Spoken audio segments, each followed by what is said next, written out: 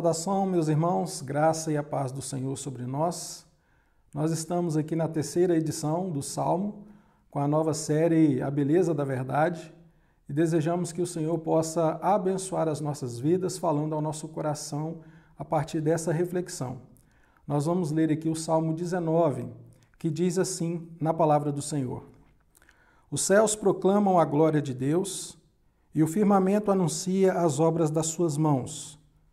Um dia discursa a outro dia, e uma noite conhecimento a outra noite. Não há linguagem nem há palavras, e deles não se ouve nenhum som. No entanto, por toda a terra se faz ouvir a sua voz, e as suas palavras até aos confins do mundo. Aí pôs uma tenda para o sol, o qual, como noivo que sai dos seus aposentos, se regozija como herói a percorrer o seu caminho. Principia numa extremidade dos céus e até a outra vai o seu percurso, e nada refoge ao seu calor. Essa é a primeira parte do Salmo, e antes de nós fazermos essa reflexão nesse Salmo, eu quero orar com você. Vamos orar? Pai querido, graças te damos pela leitura da Tua Palavra e te clamamos, ó Deus, que nos ajude a compreendê-la para a honra e glória do Teu nome e para a edificação da Tua Igreja. Nós assim te pedimos. Amém. Meu querido, esse Salmo ele descreve muito bem a nossa temática, que é a beleza da verdade. Porque o salmista começa o Salmo justamente falando do poder de Deus. E eu queria que você pudesse prestar bastante atenção justamente na intenção do salmista com essas palavras. Ele descreve aqui no versículo 1 e 2 a criação, a obra de Deus. E ele afirma que a criação tem uma missão. Qual é então a missão da criação? O versículo 1 e 2 respondem para nós. É proclamar a glória de Deus. O versículo 1 afirma: os céus proclamam a glória de Deus e o firmamento anuncia as obras de suas mãos. No versículo 2 ele vai dizer que o percurso do dia também faz isso, também proclama a glória de Deus. Veja bem o versículo 2: um dia discursa a outro dia, e a noite revela o conhecimento a outra noite. Ou seja, o amanhecer, o anoitecer, são elementos que mostram a existência de Deus. E então o salmista está aqui trazendo para a nossa reflexão evidências da existência do Senhor. E ele usa aqui um certo enigma a partir do versículo 3 e 4, que vai até o versículo 6, que na verdade ele traz até a resposta, mas se torna um teor enigmático muito interessante para nós, porque ele diz que não há linguagem, não há palavras e não se ouve nenhum som. E mesmo assim, o Senhor faz ecoar a sua voz por toda a terra. Então, como isso é possível? Como a voz do Senhor pode ecoar por toda a terra, sendo que não há linguagem e não há palavras? E o salmista então descreve esse enigma para nós. Ele fala sobre a força do sol. Ele fala da força da criação. Ele diz que o sol ele aponta o seu raio de uma extremidade à outra. Ou seja, não precisa de palavras, não precisa de sons. No entanto, toda a terra desfruta e contempla a obra do Senhor. Isso é bom e também é ruim. Nós temos um problema aqui. É bom porque nós podemos testemunhar que ver que Deus está no controle de todas as coisas e que Ele é o Criador. Então, o que é ruim em tudo isso? É ruim porque o homem se torna indesculpável. Isso mesmo. Para aqueles que não querem andar debaixo do propósito de Deus, essa não é uma notícia boa. Porque não há sobre a terra um homem sequer que possa se justificar diante de Deus na tentativa de dizer que não sabia da existência do Senhor. Porque os céus proclamam, o firmamento proclama, o sol diz, a lua manifesta a existência de Deus. Sendo assim, para o homem que não quer andar nos caminhos do Senhor, ele é indesculpável por todas essas coisas, porque dia após dia o Senhor anuncia a obra das suas mãos. Versículos 5 e 6 descreve que descreve a força do Senhor em manifestar a sua criação. Ele usa um paralelo aqui para dizer que o homem, quando se casa na sua juventude, ele tem toda a força e tem todo o vigor. No versículo 6, ele diz que a força do sol, ele principia de uma extremidade à outra e nada foge ao seu calor. Ou seja, não há canto no mundo tão remoto, tão distante, que não possa contemplar a beleza da criação. Seja através do sol, seja através da lua, seja através das estrelas, seja através do firmamento. A criação proclama a glória de Deus. Segunda coisa que o salmista agora ele vem nos ensinar, que existe outra coisa também que possui muito poder, e ele começa a descrever aqui a partir do versículo 7, dizendo que a palavra do Senhor é poderosa. Ela nos foi revelada e ele descreve então da seguinte maneira. Vamos ler a palavra do Senhor a partir do versículo 7, que diz assim: A lei do Senhor é perfeita e restaura a alma. O testemunho do Senhor é fiel. Os preceitos do Senhor são retos e alegram o coração. O mandamento do Senhor é puro e ilumina os olhos. O temor do Senhor é límpido e permanece para sempre. Os juízos de Deus são verdadeiros e todos igualmente justos. São mais desejáveis do que o ouro, mais do que muito ouro depurado, e são mais doces do que o mel e o destilar dos favos. Eu queria fazer um paralelo com você para observar o que o salmista diz acerca do poder de Deus com relação à palavra do Senhor.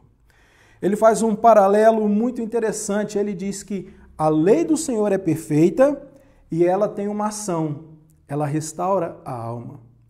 Ele diz que os preceitos do Senhor são retos e promovem também uma ação, alegram o coração. Ele então continua fazendo esses paralelos, dizendo que o temor do Senhor é límpido e, veja só, permanece para sempre. Ele continua dizendo: os juízos do Senhor são verdadeiros e todos são igualmente justos.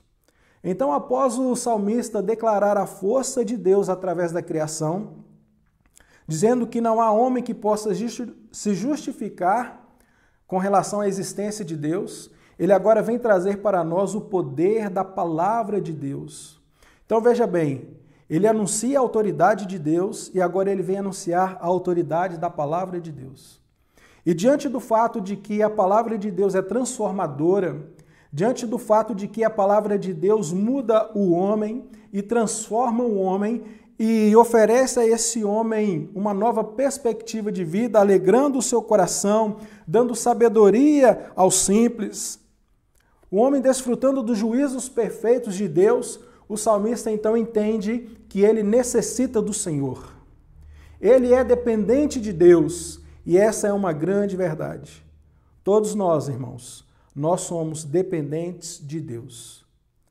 Nós dependemos desse Deus que criou todas as coisas. E assim como Ele sustenta a sua criação, Ele também nos sustenta. Assim como a criação depende do controle de Deus, nós dependemos do controle de Deus em nossas vidas. Sabendo disso, quando nós olhamos para o Salmo, devemos ter a mesma postura que o salmista teve. Então, qual foi a postura do salmista? E eu quero chamar a sua atenção para olharmos aqui a partir do versículo 11, que diante de toda essa majestade do Senhor, de toda essa beleza da verdade de Deus, o salmista toma uma atitude. E eu quero encorajar você para que possa também ter a mesma atitude do salmista. E qual foi então essa atitude? Vamos olhar para a Escritura a partir do versículo 11 para encontrarmos então essa atitude do salmista. Versículo 11, o salmista diz assim: além disso, por eles se admoesta o teu servo, em os guardar a grande recompensa. Ele está se referindo aos efeitos transformadores da palavra de Deus. Depois que ele descreve tudo o que a palavra de Deus pode fazer pelo homem, mudar o seu coração, mudar a sua direção, ele agora então diz que a palavra de Deus ela serve para nos admoestar. E ela diz que se guardarmos o ensino da lei do Senhor, meu querido, há uma recompensa muito grande. Então agora ele tem essa atitude que se segue no versículo 12, dizendo: quem há que possas discernir as próprias faltas? E ele então, arrependido dos seus erros, arrependido dos seus pecados, ele diz ao Senhor: absolve-me das que me são ocultas. Ele está pedindo perdão a Deus. Diante de toda a glória manifestada do Senhor aqui no Salmo, ele agora pede perdão. Ele se humilha na presença de Deus, reconhecendo em primeiro lugar que ele é um pecador, reconhecendo que ele depende da graça de Deus, e ele suplica, ele implora para que Deus se compadeça dele. E ele continue dizendo a partir do versículo 13, então: também da soberba guarda o teu servo. E ele pede que o Senhor possa livrá-lo do desejo do seu próprio coração, da soberba do seu coração. E ele ora dizendo que ela não me domine. Então serei irrepreensível e ficarei livre de grande transgressão. Então o desejo do salmista é não ser encontrado culpado. E isso tem preocupado bastante o salmista. Então que seja também a nossa preocupação de não sermos encontrados culpados na presença de Deus.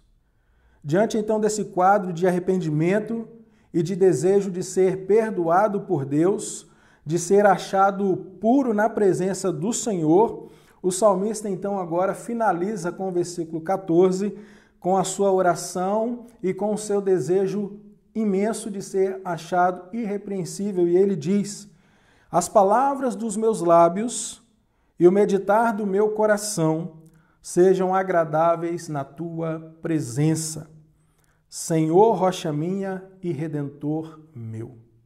Aqui o salmista finaliza o salmo com 3 coisas. A primeira, o seu desejo de que a sua vida seja de fato agradável a Deus.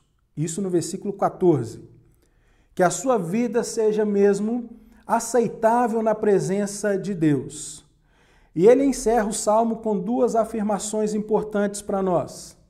A primeira, ele diz: Senhor, rocha minha.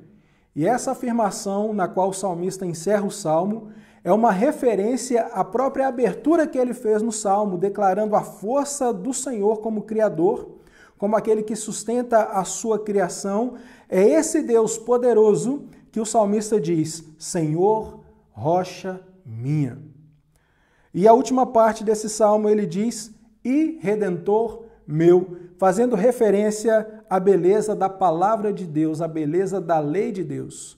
Porque o homem só conhece a redenção porque Cristo manifestou para nós através da Escritura Sagrada. O homem só necessita de um redentor porque a lei do Senhor disse que ele era um pecador, que o homem é de fato um pecador e por isso ele precisa de redenção.